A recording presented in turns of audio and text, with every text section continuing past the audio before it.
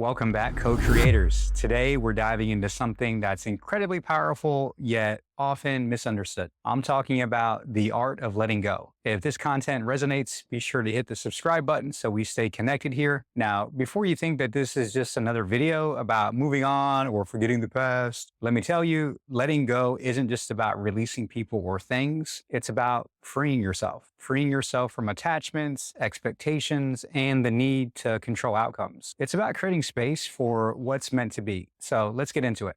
What does it actually mean to let go? Letting go doesn't mean giving up. It doesn't mean you're weak or that you're avoiding challenges. In fact, letting go is one of the most courageous things that you can do because it's about accepting what you cannot change. Here's the thing.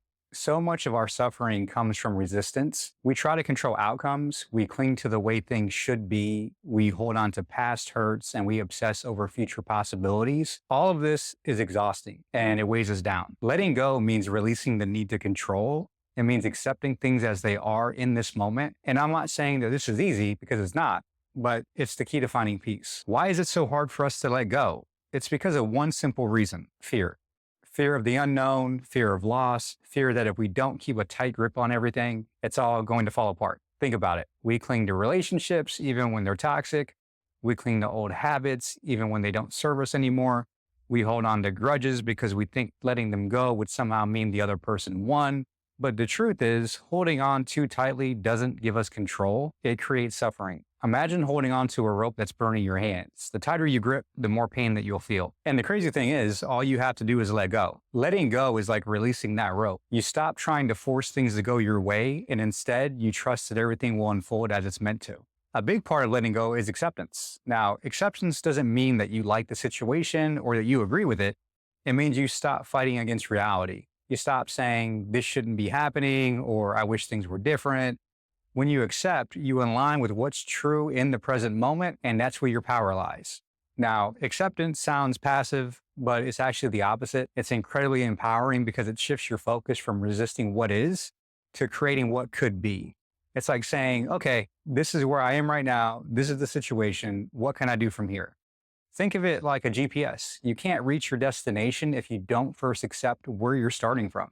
By accepting your current reality, you give yourself the freedom to move forward, and you're no longer stuck in the frustration of wishing things were different. One of the hardest things to let go of is relationships, whether it's romantic, friendships, or even family. We often think, if I let go, does that mean I didn't care? Or does that make me a bad person? Absolutely not. Here's the truth. Some people are meant to be in your life for a season, not a lifetime. And that's okay. Letting go of someone doesn't erase the good memories or the lessons that you've learned.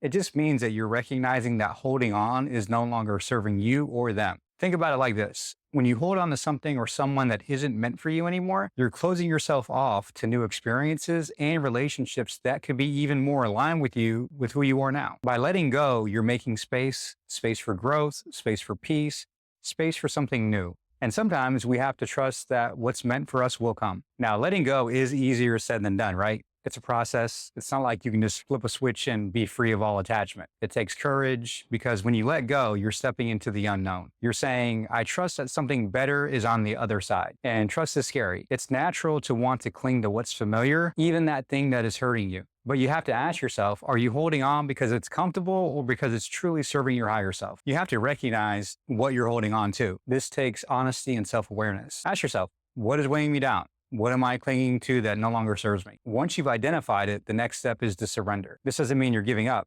Remember that. It's about allowing yourself to trust in the process. Trust that whatever is meant for you will come and whatever isn't will fall away. Have you ever found yourself stuck replaying moments from the past, wishing things had turned out differently? It's a cycle many of us are caught in, holding on to past experiences, mistakes, and regrets that somehow weigh us down. Today, we're going to talk about the power of letting go of the past and how it can truly set you free. It's not about forgetting about what happened or pretending that it didn't hurt. It's about releasing the grip that those memories have on your present life. And when you do, you make space for healing, growth, and transformation. So why is it so hard to let go of the past? The past is familiar, even if it's painful.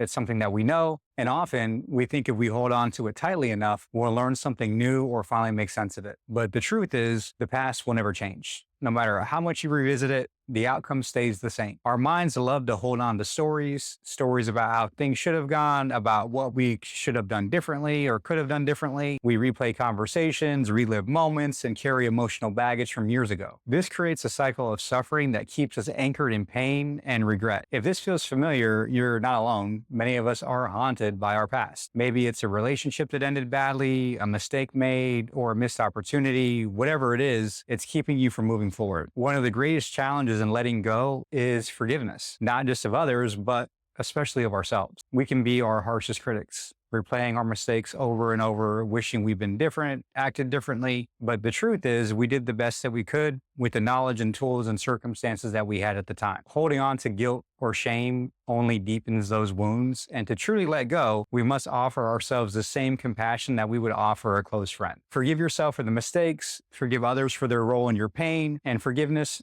doesn't mean condoning what happened. It means releasing the hold it has on your heart. One of the most powerful ways to let go and accept is through mindfulness and meditation. So you're probably like, okay, Joseph, so I got to let go. How do I accomplish this? One of the most powerful ways to let go and accept is through mindfulness and meditation. Guided meditations especially are great for beginners. These practices teach us how to observe our thoughts and emotions while helping us create space between our mind and our emotions, which make it easier to let go of things that truly don't matter. I'm curious, do you currently meditate? Why or why not? Let us know in the comments, and I'll see you on the next video.